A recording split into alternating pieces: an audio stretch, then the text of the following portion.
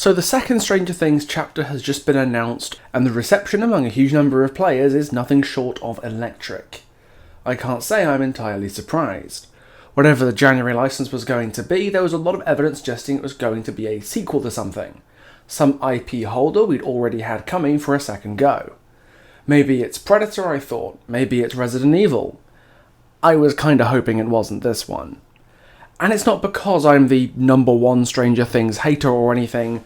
I used to quite like Stranger Things. Season 1 and 2 were pretty damn good, and while Season 3 was a notable step down in terms of quality, there were still elements I enjoyed, and Season 4 felt like somewhat of a return to form. But with Stranger Things Season 5 on the horizon, the Netflix marketing machine has turned its eye to behaviour once again, with the second chapter coinciding with the release of Season 5. It was meant to really coincide with a PTB originally meant to be happening about now, but it got pushed back due to The Walking Dead chapter setting half the game on fire, and pushing everything else in the year back several weeks. Aside from the financial angle of those sweet licensing fees, Netflix's motive for signing off on a second Stranger Things chapter right now is clear. They want the world saying, Stranger Things is back, and seeing it return to DVD all but ensures that it's all everybody in the space is talking about as the show returns to our screens. This video is not about Noah Schnapp, at least not entirely. It's about multiple cast and crew members of Stranger Things Season 5, and the things that they've said and done in the 2 years since October the 7th that have made me unwilling to talk about them or give their show any positive coverage on my channel. Some, like Noah, you might be familiar with, but others have smaller roles in the show, and have gotten away with saying far more egregious things far more recently because of their smaller platform. This video is about a dangerous and false narrative, one that not only provides cover for an apartheid regime halfway across the world in occupied Gaza, but also directly supports violent racist groups who came dangerously close to inflicting real violent harm on real innocent people right here, right now, where I live on British soil. And this is about me, drawing a line in the sand and refusing to give them, or their show, my platform. Welcome, friends and foes, survivors and killers, to a video I truly never wanted to make. But before I go any further, I want to make something clear. I'm just talking here about why I am not comfortable making content about Stranger Things in January, or about buying the chapter myself when it comes out. Whether or not you buy the chapter or choose to make content about it is kind of immaterial to me. It's clear that Stranger Things means a lot to a lot of people, and content creators especially do need to make money. The new releases are tied to their livelihoods, and they need to earn a living, so I won't fault them for cashing in on the new release. I'm not trying to start a boycott here. I just think my regular viewers are owed an explanation as to why they'll be missing a spot in my content going forwards. So let's start with the name in all this that we've all heard before. For decades, the Israeli government has occupied the area around the Gaza Strip, controlled its access to resources and oppressed its citizens. This happened regardless of who governed Israel or Gaza at that time, whether it was the secular PLO under Yasser Arafat, or the Islamist government of Hamas that replaced it. The brutal treatment of the Palestinian people has been a steady but subdued presence in headlines around the world for decades. On October 7, 2023, this changed when Hamas attacked an Israeli settlement on the Gaza border and over 1,000 Israelis were killed. This proved casus belli for the IDF to fully mobilise into the Gaza Strip, where the region would be ethnically cleansed, its infrastructure destroyed, and its citizens relocated or exterminated. This drew the world's attention like never before, and many governments and organisations throughout the world condemned the excessiveness of Israel's response to October the 7th, with the UN Commission recently finding what we all already knew, that the Israeli government was committing a genocide in Gaza. But amidst the global wave of sympathy for the Palestinian cause, many others, especially in the early days after October the 7th, wound up defending Israel's actions. This was especially evident in the UK and US, where phrases like, "Do you condemn Hamas?" or "Israel has the right to defend itself" were uttered like incantations to dispel any examination of what the Israeli government was doing. Which brings us to Stranger Things, and a certain star of the show who wound up in the news cycle for a bit. Noah Schnapp, the actor who plays Will Byers in the show, got himself in a little bit of hot water in late 2023 and early 2024 for various statements, memes and social media posts he made defending Israel and the actions of its government, which caused a fair few people to demand a boycott of Stranger Things Season 5 when it eventually came out. It's fair to say a good portion of those folks have forgotten about this now that Season 5 is on the horizon, if they ever cared in the first place. But as the couple of years since Schnapp's first statements have passed, I didn't forget. If anything, it drew my attention to more things that came out among different members of the Stranger Things cast and crew in the run-up to Season 5 that put me more and more off the show, and made me hope I would never have to make this video. Noah Schnapp, the actor for Will Byers, was making headlines in late 2023 and early 2024 thanks to his TikTok activity since October the 7th. I don't use TikTok myself. Anyone who's browsed my channel should know by now that I'm capable of expressing myself in videos shorter than 20 minutes. But Schnapp was drawing fire after posting some self-confident Zionist content that got people understandably riled up. In October 2023, he posted this, a long and seemingly heartfelt message about the innocent lives lost to Hamas, and one particular section stuck in people's minds. You stand with Israel, or you stand with terrorism. To anyone paying attention, this is blatantly absurd. The Israeli state has been victimizing and terrorizing Palestinian people for as long as it's existed, and Noah at no point recognizes this. He acts like October the 7th came out of nowhere, and he spends the next 3 or 4 months continually reinforcing that idea. We saw TikToks with stickers that said Zionism is sexy and Hamas equals ISIS. We saw a grovelling video in January claiming he'd been misconstrued and that he just wanted peace and harmony, that he wasn't interested in picking sides. Including, when he said that people opposed to Israel supported terrorism. I think anyone with any ounce of humanity would hope for an end to the hostility on both sides. I stand against any killing of any innocent people, and I hope you guys all do too. And I just hope to one day see those two groups be able to live harmoniously together in that region. I believe Noah when he said that he wants people to live in peace, but not separate groups of people integrating with each other and living together peacefully. I believe Noah wants peace in the same way that a morgue or Hannibal Lecter's freezer is peaceful. Peace through the killing or displacement of anyone who might take issue with how they're being treated, because that's the kind of peace the Israeli government has shown that it wants.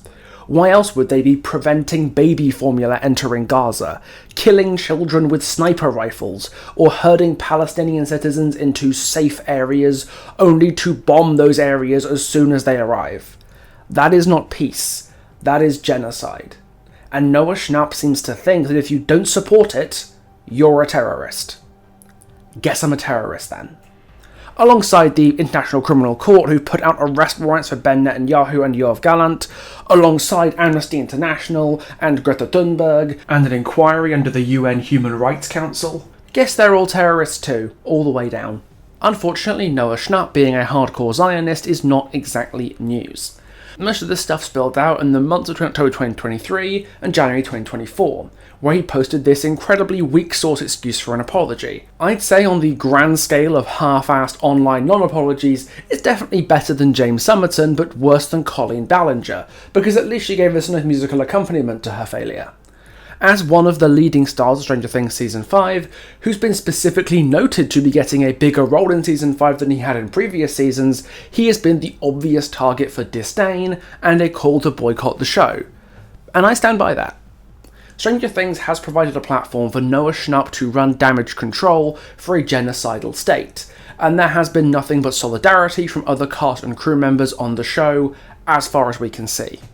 Murray's actor Brett Gelman and Karen Wheeler's actress Cara Buono both backed up Noah and have provided largely uncritical support for Israel's actions in the Gaza Strip.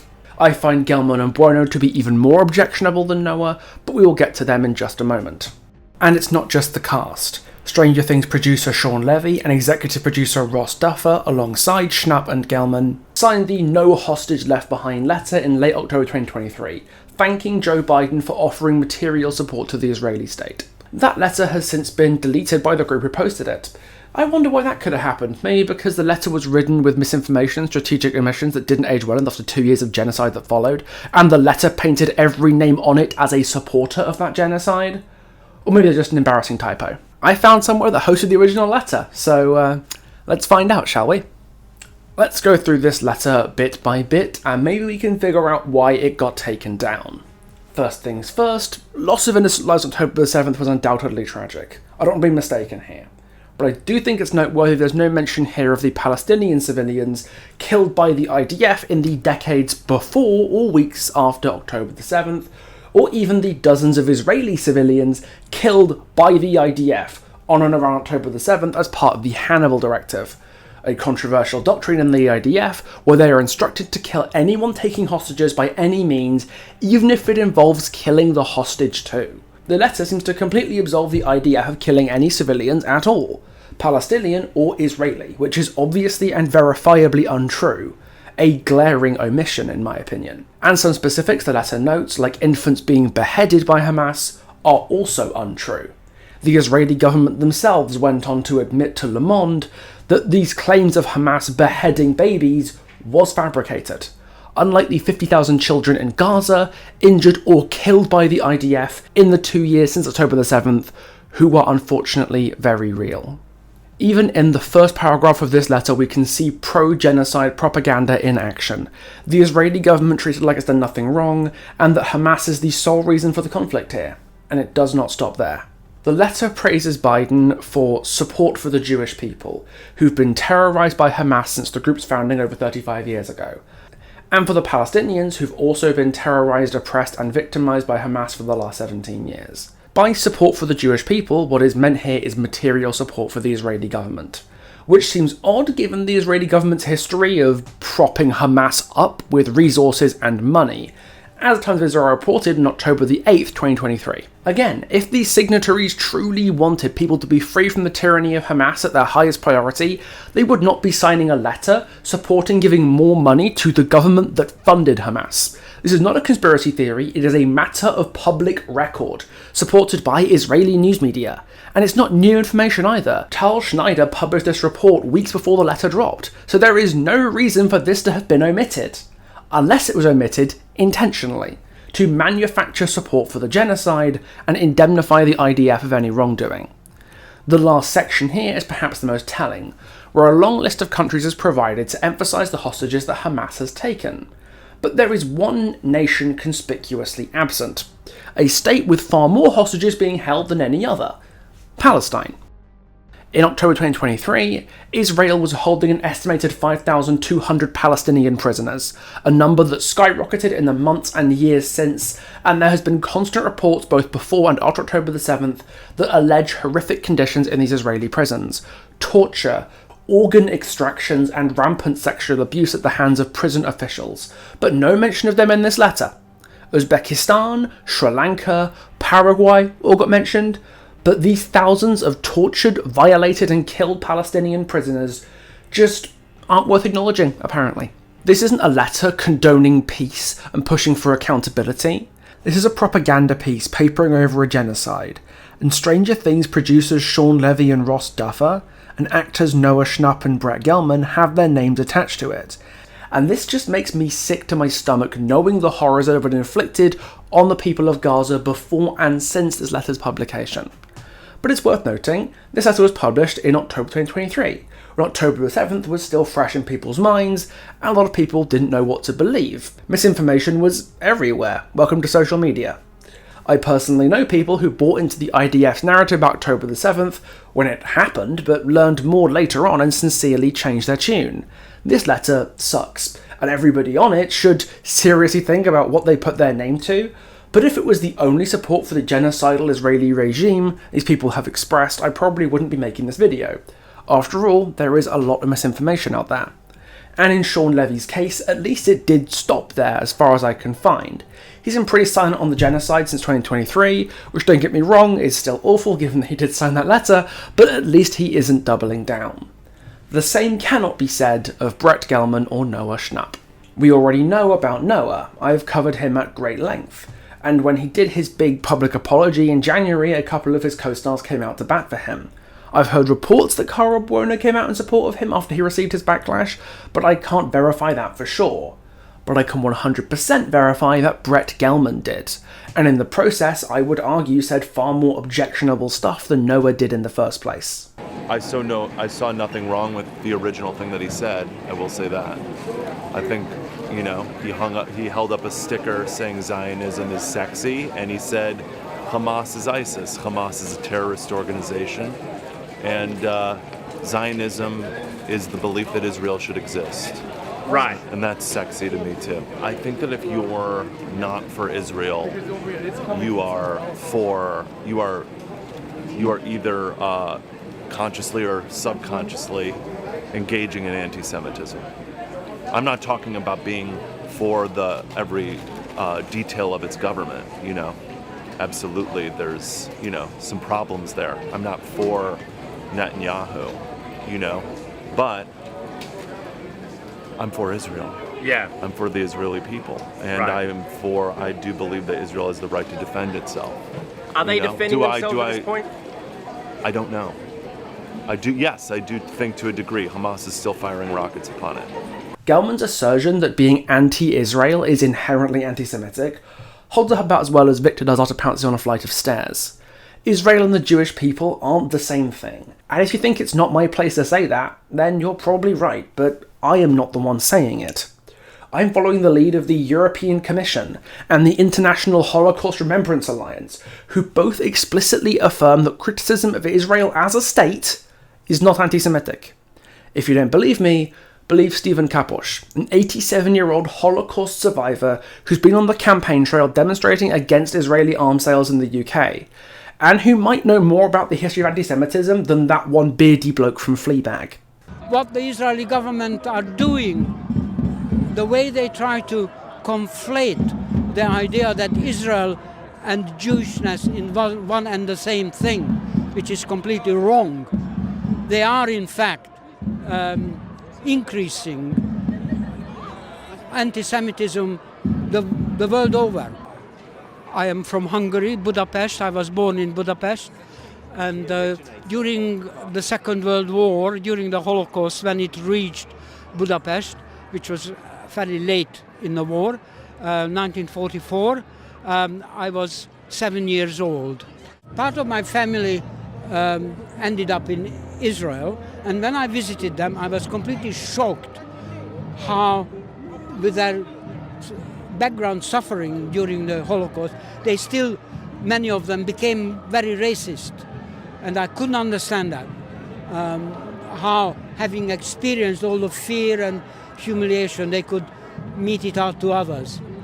And I am basically here to show that the Jews are not a single homogeneous bloc, as sometimes the right represents them.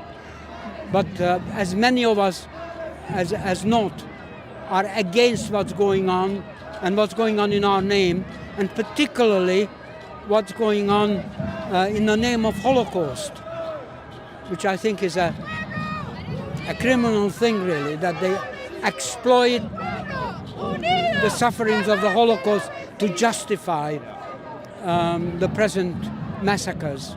And that's why I'm here, first of all, to show that not all Jews feel that not in our name is really our message. I'm sure the various Jewish creatives and actors who signed the Film Worker to Palestine list, like Eben Moss-Bachrach, Jonathan Glazer, Hannah Einbinder, Charlie Kaufman, Miriam Margoyles, Joaquin Phoenix, Peter Kosminski, Ed Luckman and Emma Seligman would also take issue with Gelman's characterization. David Farr, the screenwriter for Hannah and the Midwich Cuckoos, definitely does, as he had this to say after signing the Film Workers of Palestine open letter in September. As a descendant of Holocaust survivors, I am distressed and enraged by the actions of the Israeli state, which has for decades enforced an apartheid system on the Palestinian people whose land they have taken, which is now perpetuating genocide and ethnic cleansing in Gaza.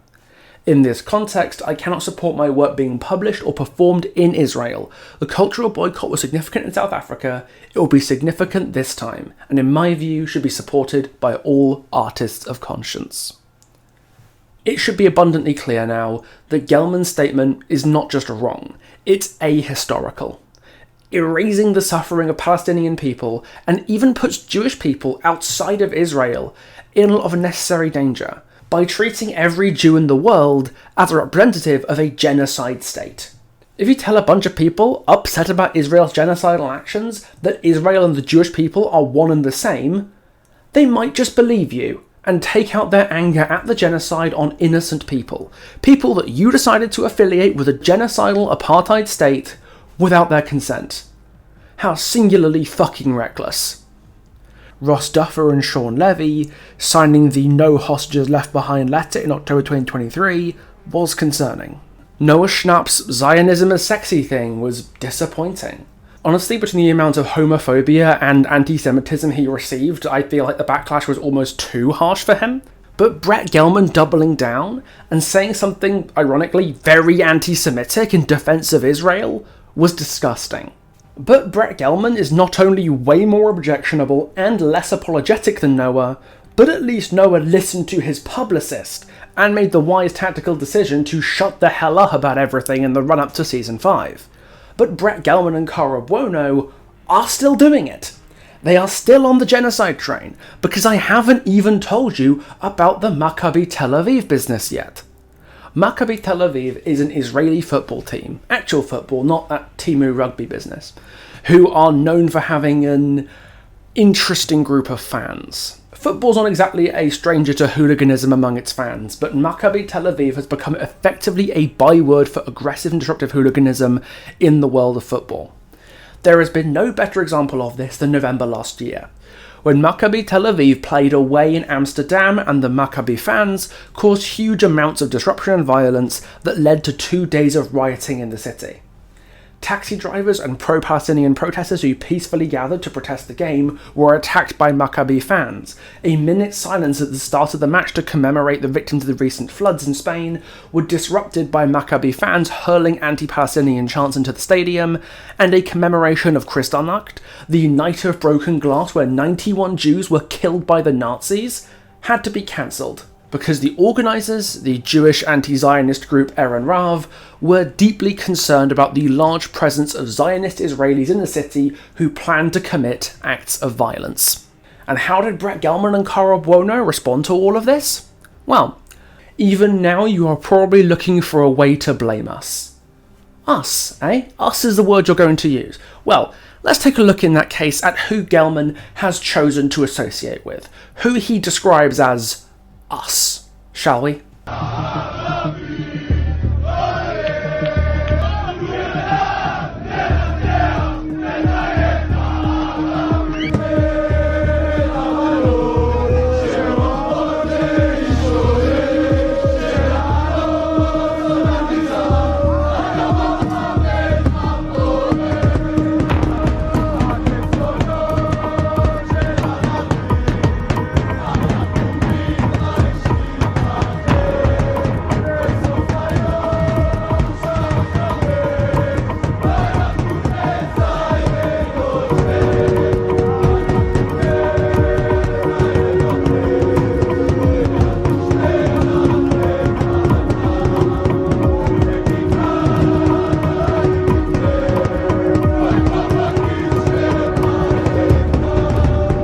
Gelman and Buono both chose to side with a racist, violent gang of thugs. Gelman going so far as to describe the treatment the Tel Aviv fans received as a pogrom.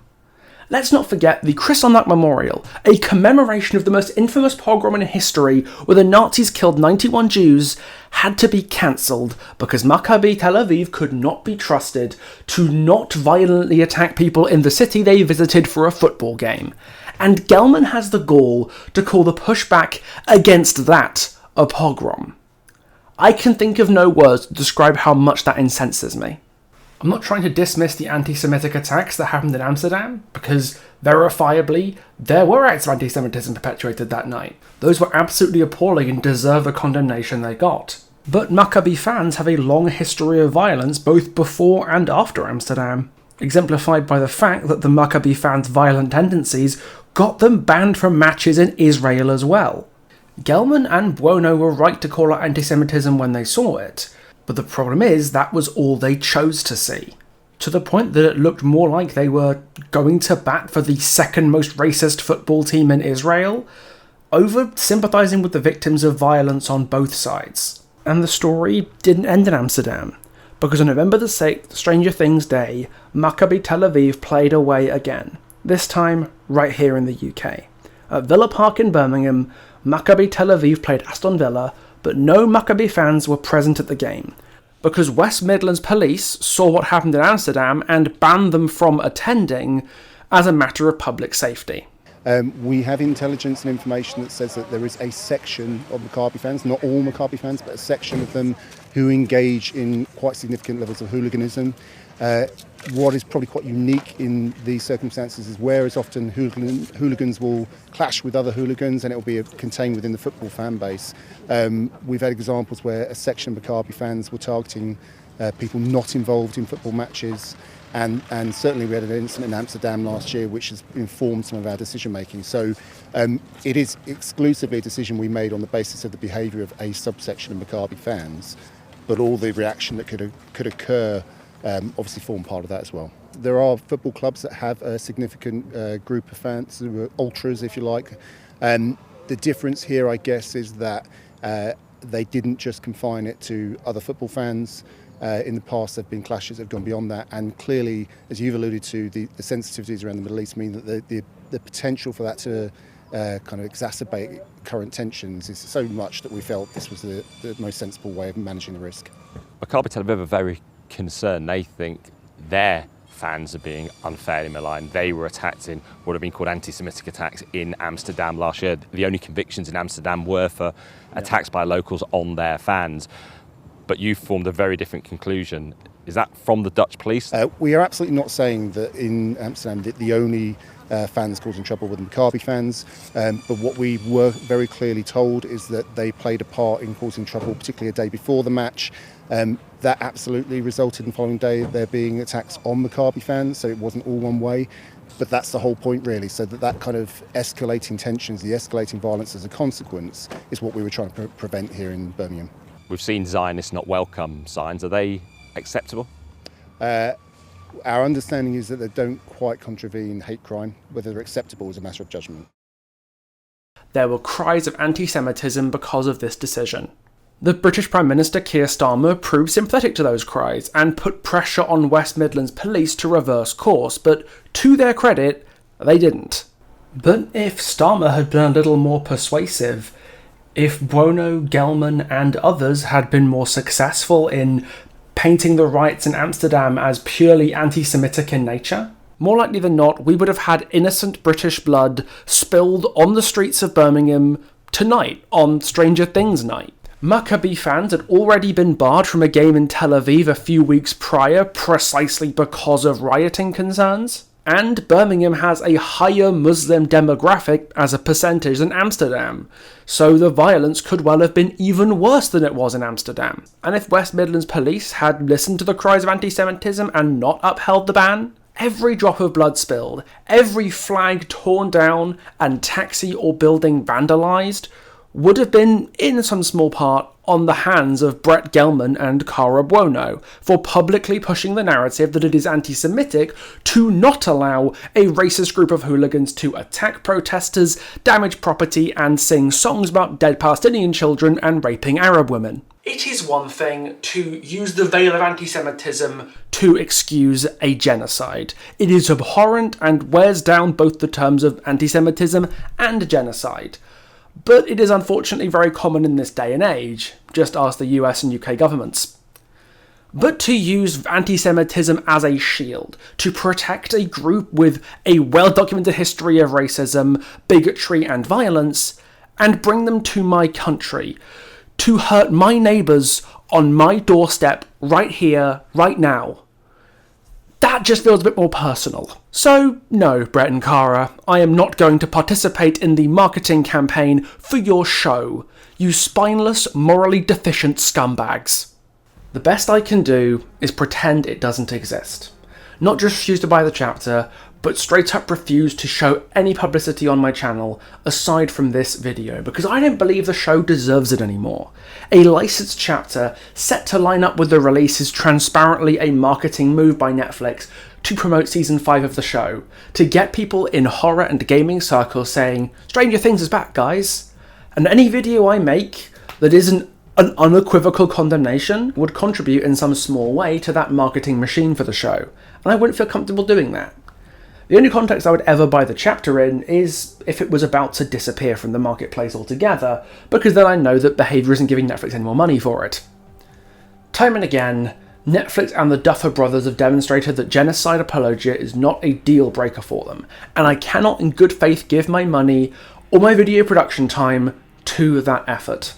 Again, if you're a DVD or Stranger Things fan, I'm not going to judge you. If you are hyped and you do want to participate in the release, buying the new content is generally considered the default setting, and especially if you're a creator monetizing this stuff, it can be important to your livelihood.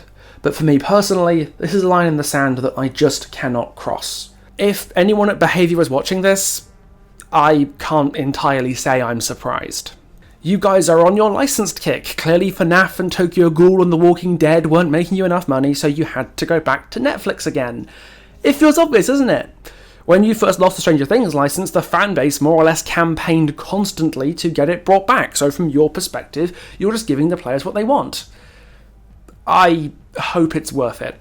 And if you're a viewer of mine unhappy with the way that this has spun out, I just want to say again, I am not trying to start a movement here, or command everyone to boycott the chapter at once. Buy what you want to buy. Make the content you want to make. I just feel like I owed you an explanation for my refusal to cover Stranger Things coming back, because I have always made it a priority on this channel to be sincere in everything I do. I don't always get it right, but I try. I really do try as hard as I can to be honest and fair with you, and I can't make a video talking about the new season of the show and not feel viscerally uncomfortable throughout the entire production process. Hell, I've been almost entirely critical in this video and I still feel like shit. I don't know what I'm gonna do when these Stranger Things PTB and live release dates drop in January. I want to do something cool and memorable instead of covering the new chapter, and while I've got a few ideas, I'm not exactly sure what it is that I want to do, so I'm open for suggestions. Pop any ideas you have in the comments and I might take a look. And it's important to note, I don't hate Stranger Things itself, or a lot of the people who make it happen. Again, Winona Ryder, one of my all-time favourite actresses. Everything I see about Joe Keery suggests that he's the nicest man in the entire world, and David Harbour, no, maybe he's not the best example, let's just move on. Hell, before I started making excuses for an apartheid state, I even respected Noah Schnapp a lot when he came out as gay, and was so upfront about how Will Byers' sexuality helped him come to terms with his own. I do not hate Stranger Things, I pretty much never have, which is what makes this decision genuinely difficult, not just as a creator and as a player of Dead by Daylight, but as a former fan of the show. I used to have Eddie's Hellfire Club t-shirt from season 4. I loved that shirt, I think I wore it in some videos, but I couldn't tell you where it is now. Maybe I threw it away. I truly wish this could have gone better. For anyone wondering, by the way, this isn't me swearing off Dead by Daylight forever or anything. Another disappointing license chapter, I'm afraid, isn't anything new for me as of late. This is just business as usual mostly. But we've got a long gap now between the Stranger Things chapter release in January and our next full-size chapter with a killer in the summer of 2026. So I guess I'm back to my ice soup diet until then. And today I think I'll sign off in the immortal words of Brett Gelman himself. Because for all his absolutely disgusting rhetoric, there is one thing that he said that resonated a little bit with me. This is on you. Your chants, your memes. Even now you are probably thinking of a way to blame us.